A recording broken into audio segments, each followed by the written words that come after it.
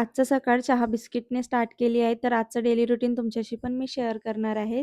तर आज काय झालं, मी सकाळी उठले, घरातलं आवरून घेतलं आणि अंघोळीला गेली. टॉमी बाहेर येऊन इतका त्रास देत होता ना, खरंच खूपच त्रास देत होता. अंघोळ पण करू देत नव्हता मला. आणि मी बाहेर आल्यानंतर बघा कसं बघत आहे. कारण याचं काय प्रॉब्लेम आहे माहीत नाही. कुठेही गेलं मागे-मागेच येत राहतो. मी अंघोळीला गेली तर असंच त्रास देतो.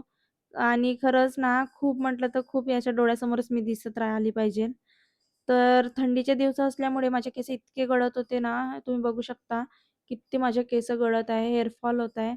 तर असं त्यानंतर मी केस वगैरे केली. त्यानंतर असं सिंपल असं क्लिस्टर लावून घेते. माझं नेहमीचं असंच हेअरस्टाईल असतं.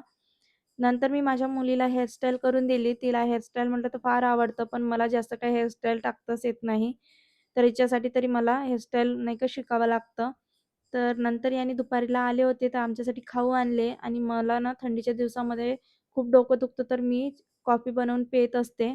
तर नंतर सायंकाळला मी जेवणामध्ये अंडा करी बनवलेली आहे आणि आजचा मिनी व्लॉग तर एवढाच आहे. बाय.